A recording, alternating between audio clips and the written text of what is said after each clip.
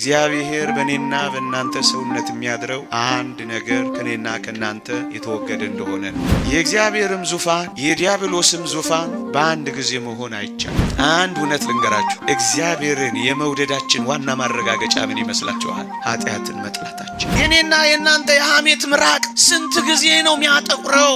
የኛ ችንካር የለም፣ የኛ ጅራፍ የለም፣ የኛ እሾህ የለም። በደሏን የምታውቅ ነፍስ እኮ ማልቀሱ አይቀርም። ዝም ብለን ነው የምንኖረው። የእግዚአብሔር ልምጭ ቁጣ ሳታመጣ የምታልፍ ኃጢአት የለች። እግዚአብሔር ፊቱን ያነሳ እንደሆነ መደበቂያ የላትም ይቻላል። እንኳን በቁጣው በአይኑ ፊት መቆም አትችልም።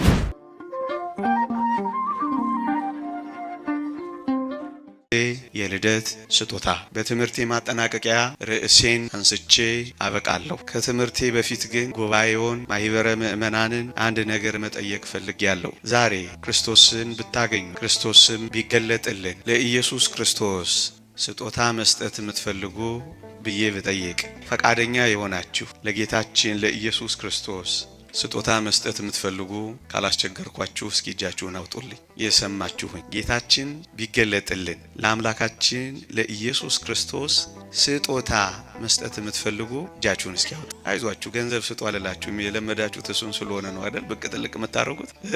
አይዟችሁ፣ ከሱ ውጪ ነው። እሺ አውጡ፣ በደንብ አውጡ። ማየት ፈልጌ ነው። እሺ እግዚአብሔር ይስጥል። ሁላችሁም ስጦታ ለመስጠት ፈቃደኛ ናችሁ አይደል? በትምህርት ማጠናቀቂያ ላይ ካረሳሁት እቺን ጥያቄ ደግሜ ጠይቄ አበቃለሁ። እንዳትረሱ እሺ።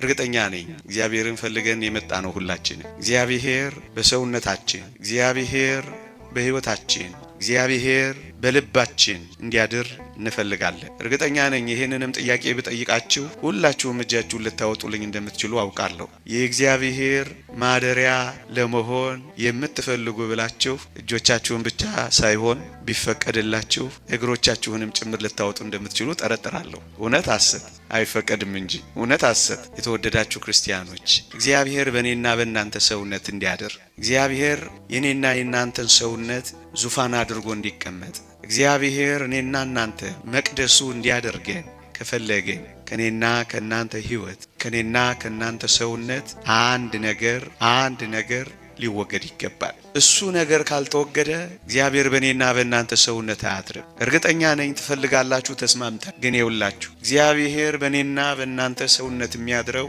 አንድ ነገር ከኔና ከናንተ የተወገደ እንደሆነ ነው። እሱም ኃጢአት ነው። ኃጢአት ከሰውነታችን በደል ከልባችን ካልተወገደ በቀር እግዚአብሔር በእኔና በእናንተ ሰውነት አያድርም። እንግዲህ ምእመናን እግዚአብሔር እንዲያድርብን ከፈለግን ኃጢአትን ማስወገድ አለብን። የእግዚአብሔርም ዙፋን የዲያብሎስም ዙፋን በአንድ ጊዜ መሆን አይቻልም። ሰው ወይ እግዚአብሔርን ይመርጣል ወይ ደግሞ ዲያብሎስን ይመርጣል። እሺ ብላችኋል። የእግዚአብሔር ማደሪያና ዙፋን መሆን እንፈልጋለን ብላችኋል። እግዚአብሔር በእኔና በእናንተ ሰውነት የሚያድረው ኃጢአት የተወገደ እንደሆነ ነው የሚለው ተስማምተናል። ምእመናን ታዲያ እግዚአብሔርን ማሳደር፣ ታዲያ የእግዚአብሔር ማደሪያ መሆን ከፈለግን ለምንድን ነው ኃጢአትን በንስሐ ማስወገድ ያቃል? ወገኖቼ እግዚአብሔር በእኔና በእናንተ መጥቶ እንዳያደር በሰውነታችን የማያስገቡ ነገሮች ወደ ሰውነታችን ወደ ቤታችን የማያስገቡ ነገሮች ከበውታል። የኔና የናንተን ሰው የአንዳንዶቻችን ቤት ምስቅልቅሉ ወጥቷል። እንኳን ገብቶ ሊያድር መቆሚያና መረማመጃ እንኳን አጥቷል። በጣም ከመተረማመሱ የተነሳ እንኳን ለእግዚአብሔር ለሰው እንኳን አሰቅቋል። እንኳን ዙፋን አድርጎ ሊያድርበት ሊውልበት ሊኖርበት ቀርቶ ለቅጽበት እንዳይቀመጥበት መቆሚያ እንኳን አሳጥተነዋል። በበደልና በኃጢአት ትርምስምስ ወጥቷል፣ ተመሰቃቅሏል። የሆነ ነገር እዛ ጋር፣ የሆነ ነገር እዚህ ጋር፣ እነዚያ ነገሮች የሉ፣ የማይፈለጉ ነገሮች አሉ፣ ምስቅልቅል ብሏል። ታዲያ ኃጢአት ባመሳቀለው በዚህ ሰውነት እንኳን እግዚአብሔር እንኳን ደግ ሰው ክፉ ሰው እንኳን አብሮን ይኖራል። የአንዳንዶቻችን ሰውነት የአንዳንዶቻችን ቤትማ ሸረሪት አድርጎበታል። እመኑኝ አልታወቀንም እንጂ እግዚአብሔርን ሊያሳድር አይደለም ማንንም የማያስጠጋ ክርፋትና ሽታ ሞልቶበታል። የማያስጠጋ ቤት ሆኗል። ይሸታል፣ በደል ይሸታል፣ ኃጢአት ይከረፋል። የሸረሪት ድር ብቻ አይደለም የበደል ጥቀርሻ ሞልቶበታል። ታዲያ ክርስቶስ ንጹሕ የሆነው አምላክ እንዲህ ባለ ሰውነት ውስጥ የሚያድር ይመስልናል? እንኳን እግዚአብሔር ደግ ሰው እንኳን የማያልፍበት ጭካኔ የተሞላው እጅግ ቆሻሻ ሞልቶበታል። ያንዳንዶቻችን ሰውነት ያንዳንዶቻችን ቤትማ ወገኖቼ እንተዋወቃለና ደፍሬ ብናገር እኔንም ጨምሬ ስለሆነ አላፍርም። እንኳን ሊያሳድር ሊያስቀምጥ የሚችል አይደለም። ተባዮች ሞልተውበታል። የሚያቆነጠንጡ፣ የሚበሉ፣ የሚቆጠቁጡ፣ የሚኮሰኩሱ እንኳን የማስተኙ ተባዮች ቱሃኖች ሞልተውበታል። እና ክርስቶስ በዚህ ሰውነት ውስጥ ያድራል ብላችሁ ታስባላችሁ? እነዚህ እኮ በደሎች ናቸው። እነዚህ እኮ ክፋቶች ናቸው። እነዚህ እኮ ኃጢአቶች ናቸው። እነዚህ እኮ ሐሜቶች ናቸው። እነዚህ እኮ እግዚአብሔርን የማያሳድሩ ሰውነቶች ናቸው። በሌላ መንገድ አቋርጦ እንዲሄድ የሚያደርጉ እኮ ናቸው። ታዲያ ክርስቶስ በዚህ ሰውነት ያድራል? ምእመናን እስኪ እንደው የእውነት እንነጋገር ቀለል አድርገን። አሁን በእኔና በእናንተ ሰውነት እንዲህ ባለው ሰውነት እግዚአብሔር ያድራል? ያንዳንዶቻችንም አይጣል ከደጅ ጭምር የሚመልስ ነው። ለምን? ኃይለኛ ውሾች በር ላይ ያስረንበታል። የሚጮሁ አውሬዎች፣ የሚናደፉ እባቦች በራችን ላይ፣ ልባችን ላይ፣ አንደበታችን ላይ፣ ሰውነታችን ላይ ብርቱ ውሻዎችን አስረናል። በክርስቶስ ላይ ይጮሃሉ፣ በክርስቶስ ላይ ያገሳሉ፣ በክርስቶስ ላይ ይቆጣሉ። ታዲያ ምእመናን እውነት እንነጋገር ከተባለ አሁን እግዚአብሔር በዚህ ሰውነት ውስጥ ያድራል? ምእመናን ይሄ ካልተወገደ ክርስቶስ አያድራል። ስለዚህ እንደ ክርስቲያን እዚህ የመጣ ነው የደመቀው ጉባኤ ወይም ሌሎች ሴሬሞኒዎች ለማድረግ አይደለም። የእግዚአብሔር ዙፋን ለመሆን ኃጢአትንና በደልን በማስወገድ የእግዚአብሔር መቅደሶች እንድንሆን ነው። እሱም አንድ ነገር በማድረግ ከኃጢአት ጋር በመቆራረጥ በደልን በመተው አንደኛ።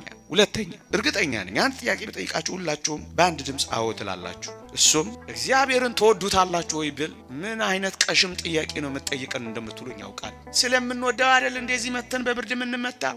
ስለምናፈቅረው አይደል እንዲያፋችን ቆጨችን ላስኪ መስል የጾም ነው? ስለምንወደው መስሎን ጠባለ ኪዳን መሸለ ጉባኤ የምንንከራተተው አስራት በኩራት የምናወጣው ገዳማት ምን ሄደው ክርስቲያን የሆነው ስለምንወደው አይደለም ወይ እንደምትሉኝ ያውቃል። አሁን እንወደዋለን። ግን ምእመናን ይህን እግዚአብሔርን የማፍቀራችን ልዑልን የመውደዳችን ማረጋገጫ ምን ይመስላችኋል ወገኖች? እንዲህ ተሰብስበን ማመስገናችን ብቻ፣ በዓል ማክበራችን ብቻ፣ መባ መስጠታችን ብቻ፣ አስራት በኩራት ማውጣታችን ብቻ አይደለም። አንድ እውነት ልንገራችሁ፣ እግዚአብሔርን የመውደዳችን ዋና ማረጋገጫ ምን ይመስላችኋል? ኃጢአትን መጥላታችን። እግዚአብሔርን የምታፈቅር ነፍስ ምን እንደምታረግ ታውቃላችሁ? ኃጢአትን እየተወች ትመጣለች። ምእመናን እንኳን የእግዚአብሔር ፍቅር የወላጆቻችን ፍቅር እንኳን ይሉኝታ ያሲዝ የለም። ስንት ነገር ነው ስለምትወዷቸው ብላችሁ የተዋችሁት። ስለምትወዷቸው አባቶች፣ ስለምታፈቅሯቸው እናቶች፣ ስለምታፍሯቸው ቤተሰቦች ስንት ነገር ትታችሁ የለም። እና እግዚአብሔርን የምታፈቅር ነፍስ ምን ታረጋለች? ኃጢአትን ደግሞ በመጥላት ለክርስቶስ ትገልጣለች።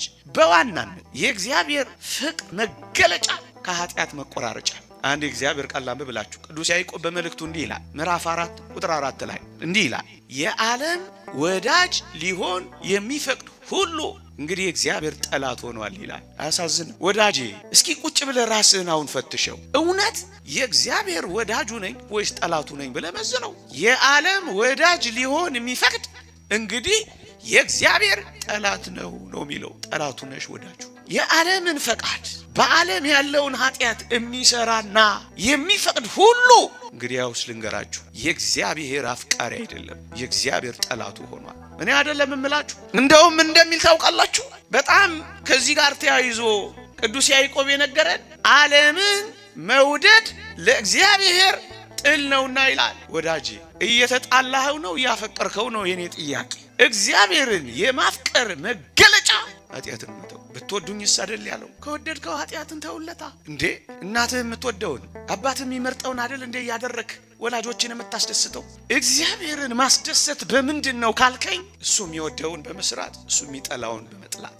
እግዚአብሔር ጽድቅን ይወዳል፣ ጽድቅን በመስራት። እግዚአብሔር ኃጢአትን ይጠላል፣ ኃጢአትን በመጥላት። ወዳጅነትህን አሳየው። ወዳጄ አትበለው፣ ወድሃለሁ አትበለው። ይልቅ መውደድህን የሚጠላውን በመጥላት አረጋግጥለት። እግዚአብሔርን የምትወድ ነፍስ እቺን ነው የምታረግ። የበደለ ይክሳል፣ የቀማ ይመልሳል፣ የተሳሳተ ይታረማል። ይሄን ብቻ ማድረግ አይደለም፣ እሾክ የገባበት ሰውነት እንደ ቆሰል አይቀርም፣ ዘይት ያደርግበታል። እግዚአብሔርን የምትወድ ነፍስ ከኃጢአት መለስ ብቻ አይደለም የምትለው፣ በጽድቅና በትሩፋት ትኖራለች። እግዚአብሔር ኃጢአትን ይጠላል፣ ኃጢአትን ትጠላለች። እግዚአብሔር ጽድቅን ይወዳል፣ ጽድቅን ትመርጣለች። እንግዲያውስ እዚህ የመጣችሁ ክርስቲያኖች ክርስቲያን የመሆናችን ማረጋገጫ ኃጢአትን መጥላታችን መሆኑን ወቁት። ኃጢአት እርም ነው ለክርስቲያን። ምክንያቱም እግዚአብሔርን ስለሚያፈቅር አባ እንጦንስ እንደመከረው ምንም ሁን ምን ማንም ሁን ማን እግዚአብሔርን ዘውትር በፊት አድርገው እንዳለው እውነተኛ እግዚአብሔርን የምታፈቅር ነፍስ አምላኳን በፊቷ ታደርጋለች። ወዳጄ በዚህ በነቢዩ በዘካርያስ መጽሐፍ ላይ አንድ አስደናቂ ቃል ተጽፏል። ይሄ በእጆቼ ያለው ቁስል ምንድነው ብዬ ጠየቅኩት ይላል። እሱም መለሰልኝ በወዳጆቼ ቤት የቆሰልኩት ቁስል ነው አለኝ ይላል። አንተ በአይሁድ ቤት ብቻ የቆሰለው ቁስል ይመስልሃል አይደል? እውነት ነው። አንዱ በወገኖቹ በአይሁድ ዘንድ የቆሰለው ቁስል፣ ሁለተኛውን ቁስል ግን ላሳየ በእኔና በእናንተ ልብ ውስጥ የሚቆስለው ቁስል። ወዳጄ የአይሁድስ አንድ ጊዜ የተደረገ የኔና የእናንተ በደል አለ አይደል? እንደ ጌታችንን ስንት ጊዜ ያቆሰለ። ሐሜቱ እኮ ጅራፍ ነው። ስድቡ እኮ እሾህ ነው። ዝሙቱ እኮ ምንድን ነው ወገኖቼ? ችንካር እኮ ነው። እዚህ ቅዱስ ጳውሎስ ዕብራውያን ምዕራፍ 6 ላይ የእግዚአብሔርን ልጅ እንደገና ይሰቅሉታል ይላል። ስንት ጊዜ ይሙት በእኛ ቤት የሚቆስለው ቁስል አይበቃውም? ክርስቶስ ባለማተቦች በኃጢአት እንዴ የኔና የእናንተ የሐሜት ምራቅ ስንት ጊዜ ነው የሚያጠቁረው? ስንት ጊዜ ነው? የኛ ችንካር የለም? የኛ ጅራፍ የለም? የኛ እሾህ የለም? ትወደዋለህ? ታፈቅረዋለህ? ወይስ የኃጢአት ጅራፍ እያነሳ ሰንበር በሰንበር ታደርገዋለህ? የእግዚአብሔርን ልጅ ይሰቅሉታል ያወርዱታልም ይላል። እንደገና በበደል ምክንያት ተሰቅለዋለህ። አሽሽ ቤት ተሰቅለዋለህ። የሰከርክ ትቸነክረዋለህ። ያመነዘርክ ታቆስለዋለህ። እሱ ነው ወዳጄ በወዳጆቼ ቤት የቆሰልኩት ቁስል ያለው። እንዴ ለዚህ እኮ ነው ቅዱስ ጳውሎስ ምን እንደሚል አልሰማችሁም? በዛ በገላትያ መልእክት ላይ ክርስቶስ ዳግመኛ በእናንተ ልብ ውስጥ እስኪሰል ድረስ ምጥ ይዞኛል ይላል። ምጥ ቅዱስ ጳውሎስ ምጥ ተይዟል። በፍቅር ልባችን እስኪቆስል ወዳጄ በፍቅሩ ልባችን እንዲቆስል እንጂ በኃጢአት ምክንያት ክርስቶስን ዳግመኛ ማቁሰል አይበቃም። ሌላ ምን ልናወራላችሁ እንችላለን? እግዚአብሔርን ትወደዋለህ? እንግዲያውስ ኃጢአትን በመጥላት በደልን በመጸየፍ እግዚአብሔርን ማፍቀርህን ዛሬ አረጋግጥልን። ክርስቲያን ሲሆን ይቆራረጣል። እግዚአብሔርን ዘውትር በፊቱ ያደርጋል። አበቃ። ሁለተኛ ሶስተኛ በእርግጠኝነት አንድ ጥያቄ ብጠይቃችሁ ሁላችሁም ትስማማላችሁ። ምን እዚህ የመጣችሁት ማንን መርጣችሁ ነው ብል ምርጫዬን አምላኬን አርጌ ነው እንደምትሉኝ አልጠራጠርም። እውነት ነው። ምርጫዋን እግዚአብሔርን ያላደረገች ነፍስ እዚህ የማይመች ቦታ አትቀመጥ። ግን ልጠይቃችሁ ምርጫዋን እግዚአብሔር ያደረገች ነፍስ ምን እንደምታደርግ ታውቃላችሁ? ፈቃዷን የእግዚአብሔር ፈቃድ ታደርጋለች። ሐሳቧን የእግዚአብሔር ሐሳብ ታደርጋለች። መንገዷን የእግዚአብሔር መንገድ ታደርጋለች። መርጠናልም አልመረጥነውም፣ ገብቶናልም አልገባንም፣ መተናልም ቀርተናልም፣ ገብተናልም ወተናልም፣ አለንም የለንም። ለምን ምርጫችን አድርገናል። ፈቃዳችንን ግን እግዚአብሔርን አላደረግነው። የእግዚአብሔር ፈቃድ ምንድነው ካልከኝ ንዑድ ክቡር የሚሆን ሐዋርያ ጳውሎስ እንዲህ ይላል፣ የእግዚአብሔር ፈቃድ እሱም መቀደሳችሁ ነው ይላል። የእግዚአብሔር ዋና ፈቃዱ መቀደሳችን፣ የእግዚአብሔር ዋና ደስታው ወዳጅ ስላጨበጨብንለት እንዳይመስል እሱ ጥሩ በዋናነት መታዘዛችን። ለዚህ ነው እግዚአብሔር ቃል መታዘዝ ከመስዋዕት ማዳመጥን የአውራ በግን ስብ ከማቅረብ ይበልጣል ያለው። እግዚአብሔር የእግዚአብሔርን ቃል በመስማት ደስ እንደሚለው በምን ደስ የሚለው ይመስልሃል? በነጠላዬ በተቀሸረ ስብከቴ ባማረ ንግግሬ የሚታለል እንዳይመስል። እግዚአብሔር ሰው አይደል። እግዚአብሔር በምን ደስ ይለዋል?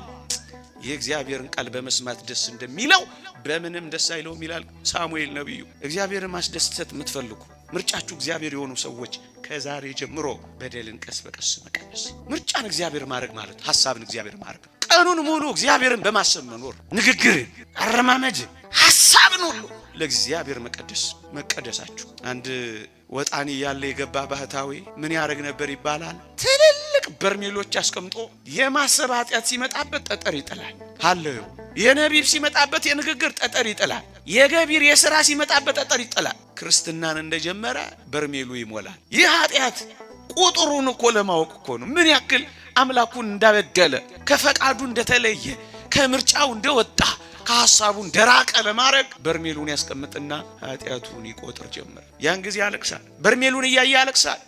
ማትበደለውን አንተን እንደዚህ በደልኩ፣ ማትደፈረውን አንተ እንደዚህ ደፈርኩ፣ ማላስቀየምህን አንተ እንደዚህ ያስቀየምኩ እያለ እንባውን ያፈሳል። የቆየ ሲሄድ የቀነሰ መጣ።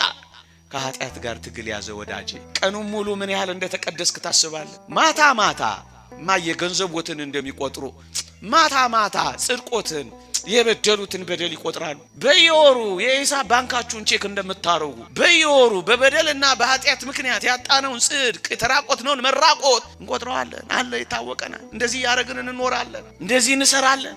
ያ አባት እንደተናገረው የኔን በደል አሳውቀኝ ያንተን ገናንነት ደግሞ ግለጽልኝ እያለ ያለቅስ እንደነበረ በደሏን የምታውቅ ነፍስ እኮ ማልቀሱ አይቀርም። ዝም ብለን ነው ምን ኖረው። ሶስተኛ ምርጫዋን እግዚአብሔር ያደረገች ነፍስ ለምርጫዋ ትኖራለች። ፈቃዷ ፈቃዱ፣ ሐሳቧ ሐሳቡ፣ መንገዷ መንገዱ ይሆናል። አራተኛ በእርግጠኝነት አሁን አንድ ጥያቄ ልጠይቃችሁ። አሁንም እንደምትስማሙ አምናለሁ። እጃችሁን አውጡ አታውጡ አልላችሁ። ከሚመጣው የመጨረሻው የእግዚአብሔር ቁጣና መከራ መዳን የምትፈልጉ ብል እርግጠኛ ነኝ ተበድረንም ቢሆን እጅ እናወጣል። አዎ አባ እንጦንስ እንደተናገረው ቅጣትን ሳታመጣ የምታልፍ ኃጢአት የለች። ደግሞ አለው ቅጣትን የእግዚአብሔር ልምጭ ቁጣ ሳታመጣ የምታልፍ ኃጢአት የለች። ጥቃቅን ሆነች ከፍ ከፍ ያለች እየዳኸች የምትመጣ የተከመረች የቆየች አዲስ የመጣች ትንሽ ትልቅ ምንም ትሆን እግዚአብሔር ዘንድ ቅጣት አላት።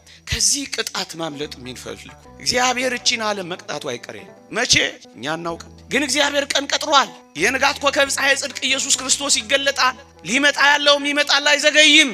የእግዚአብሔርም የፍርድ ቁጣ ተዘጋጅቷል። ከዚህ መከራ በስጋ ከምንቀበለው መከራ በነፍስ ከሚገጥመን ስቃይ ማምለጥ የምትፈልግ ነፍስ ብል እርግጠኛ ነኝ ሁላችሁም ታወጣላችሁ። እንግዲያውስ ከሚመጣው የመጨረሻው ዘመን ቅጣት፣ ሐዘን ማምለጫ መጽኛ መውጫ ምንድነው ካላችሁኝ ከኃጢአት መራቅ። የእግዚአብሔር ቃል እንዲህ ይላል፣ መንገዳችሁን አሳምሩ ሐሳባችሁንም አስተካክሉ፣ እግዚአብሔር የተናገረባችሁን ክፉ ነገር ይተዋል ይላል። እኛ ኃጢአትን ከተውን እግዚአብሔር የተናገረብንን ቅጣት ይተዋል። እመኑኝ ቻለም ሳትቀጣ አትቀርም። በአምላካችን ላይ በጣም ማፌዝ ይዛለች፣ በጣም ፌዘኛ ሆናለች። አሁን ሰሞኑንም በሚቀጥሉ ዘመናትን ከባድ መደፋፈር ላይ እየትገባለች። እግዚአብሔር ፊቱን ያነሳ እንደሆነ መደበቂያ የላትም። ቻለም እንኳን በቁጣው በአይኑ ፊት መቆም አትችልም። ዝንጎች መንቀጥቀጥ ያዛቸው እንደተባለ ምድር ትንቀጠቀጣለች፣ ትናወጣለች። ታዲያ ከዚህ መከራ መዳን የማይፈልግ ምን አለ? እናንተም እንዳትጠፉ ንስሐ ግቡ አይደል ያለው? መጥፋት የማትፈልግ ነፍስ ንስሐ ትገባለች፣ ኃጢአትን ትተዋለች፣ ከበደል ትርቃለች። ከሚመጣው የመጨረሻው ዘመን መከራና ሐዘን ማምለጫ ከንስሐ በር በቀር ሌላ የለም ወገኖች። መዳን የምንፈልግ ከሆነ እኛም ከሚቀጣው ዓለም ጋር እንዳንቀጣ፣ እኛም ከሚያፍረው ዓለም ጋር እንዳናፍር መተን ነበር እኮ ብለን ብንል ዝም አይለንም። ከዓለም ጋር አልተለየንም። እንደሚዘፍኑት እንዘፍናለን፣ እንደሚሰክሩት እንሰክራለን፣ እንደሚሰርቁት እንሰርቃለን፣ እንደሚጨክኑት እንጨክናለን። የተለወጠ ሕይወት የለን። በዚህ ምክንያት ከዓለም ጋር መቀጣታችን ሳይቀር አይቀርም። ስለዚህ ከዚህ ቁጣ ለማምለጥ በሙሉ መጽሐፍ ቅዱስ ላይ ተመልክቷቸው ምሳሌ ነነዌ እሳቱ እየመጣ እየተንደረደረ ዛፎቹን እየበላ ነነዌ ስለተደፋች ዳነች። ኢትዮጵያ መቀጣቱ አይቀርም። ብዙ ደም እያፈሰሰች ነው። ምንም የማያውቁ መነኮሳትን እየጨከነችባቸው ነው። መቀጣቱ አይቀርም። ይሄ ትንቢት አይደል? እውነት ነው። ከዚህ ቅጣት ጋር ከዚህ ልምጭ ለመትረፍ ንስሐ ልንገባ ይገባል። ራጉኤል ቤተክርስቲያን እያለቀሱ ያሉት ሸምግለን ማስታረቅ አልቻልንም፣ መደመጣችንን አጥተናል፣ ሽበታችን አልታፈረም፣ ክህነታችንም አልተከበረም እንዳሉት እኮ ነው። ተዋርደና አላወቅንም እንጂ ተነጋግረን መግባባት ሲያቅተን የእግዚአብሔር ጸጋ ተለይቶናል። መፋቀር ፈልገን መፋቀር አልቻልንም፣ አቅም አንሶናል። ከእግዚአብሔር ሰዎች ጸጋ ይልቅ የኃጢአተኞች ብርታት ዓለምን አድክሟታል፣ ኢትዮጵያን ጎርቷታል። የኔና የእናንተ በደል አስተዋጽኦ አድርጎባት እንዳይሆን ቢያንስ እኛ በደላችንን መቀነስ አይገባን። ሕፃናት እንዳይሞቱ፣ አረጋውያን እንዳይሰደዱ፣ ደጋጎች መግቢያ መውጫ እንዳያጡ፣ ምስኪኖች እንዳይቆራመቱ የኔ በደል አስተዋጽኦ እንዳያደርግ ቢያንስ እኔ ኃጢአት ንስሐ አልገባም፣ ከኃጢአት አልቆጠብም። ምክንያቱ ክርስቲያኑ የአንድ ሰው በደል እንኳን ሳይቀር ሀገርን ይገለባብጣል። ኤልያስን አገኘና አካብ አንተ ነህ እንዴ ኢየሩሳሌምን እስራኤል የምትገለባብጣለው? ኤልያስን መለሰለት አንተና የቤትህ ጣዖታት ናቸው እስራኤልን የሚገለባብጡት አይለው መሰላችሁ? ወዳጄ ምንድነው እቺ ኢትዮጵያን የሚገለባብጣል? እንጃ የኛ በደል ይሁን ከመቅደሱ ጀምሮ እስከ ውጭ ያለው በደል ይሁን ፍርድ ከእግዚአብሔር ቤት ተነስቶ የሚጀምርበት ጊዜው ደርሷል። እሱም አሁን ነው ይላል እግዚአብሔር። ከቤት ይጀምራል፣ ከመድረክ ይጀምራል፣ ከመቅደስ ይጀምራል፣ ከማህሌት ይጀምራል፣ ከነጠላ ይጀምራል፣ ከቀሚስ ይጀምራል፣ ከካባ ይጀምራል፣ ከቆብ ይጀምራል፣ ከአስኬማ ይጀምራል። ይሄን አትጠራጠሩ። ምን ግድ ይለዋል? ማንስ ያስፈራዋል? አንተ ነህ የምትገለባብጥ አይደለም፣ ያንተ ቤትና በደል ነው። እንግዲያውስ ከዚህ ጥፋት ማምለጥ ከፈለገች አንዲት ምእመን አንዲት ነፍስ በንስሐ ወደ አምላካችን ትገስግሳል። አምስተኛ የተወደዳችሁ ክርስቲያኖች እኔና እናንተ ከኃጢአት እንድንቆራረጥ በደል እንድንተው አይደለም እግዚአብሔር የሚፈልገው። ማለትም እሱን ብቻ እንድንተው አይደለም የሚፈልገው። እና እግዚአብሔር ከዚህ በላይ ምን ይፈልጋል ካላችሁ ሆይ እግዚአብሔር የሚፈልገን እሱን እንድንመስል እዩ። ከአራያ እግዚአብሔር ከመልካ እግዚአብሔር ወደ አምሳለ እግዚአብሔር የሚደረግ ጉዞ ነው መንፈሳዊ ሕይወት የሚባለው። አሁን በዚህ ጉባኤ እስከዛሬ በኖራችሁት ሕይወት ወደፊት በምንፈጽመው ክርስቲያናዊ ሕይወት ወደ ክርስቶስ የምናደርገው ጉዞ ነው። ይሄም ይባላል መንፈሳዊ ሕይወት ይባላል። እሱስ ከመልካ እግዚአብሔር ከአራያ እግዚአብሔር መልካ እግዚአብሔር አራያ እግዚአብሔር የሚባለው የተፈጠርንበት ጥንተ ተፈጥሮ ነው። እሱ ምን መሰላችሁ? ቅድስና፣ ንጽህና፣ ጥበብን፣ ገዥነትን፣ ፍቅርን እግዚአብሔር በጸጋ እንደ ችግኝ እንደ ነቁጥ እንደ ዘር ሰጥቶናል። መንፈሳዊ ሕይወት ማለት ታዲያ ምንድነው ካላችሁ ወይ ፍቅርን፣ ቅድስናን፣ ንጽህናን፣ ጥበብን፣ ገዥነትን እያሳደጉ መሄድ ነው። ከዚያስ ፍጹም መሆን ኃጢአትን እንድንተው ብቻ አይደለም። እናስ ፍጹማን እንድንሆን ነው እግዚአብሔር የክርስቲያን ያለ ፍጹማ ክርስቶስ እንደሆነ። ይሄ ምን ይባላል? አምሳለ እግዚአብሔር ከአራያ እግዚአብሔር ወደ አምሳለ እግዚአብሔር ያቋቸው ይሄንን ነው። እሱን ወደምንመስልበት አስደናቂ ማንነት እንድንደርስ ነው።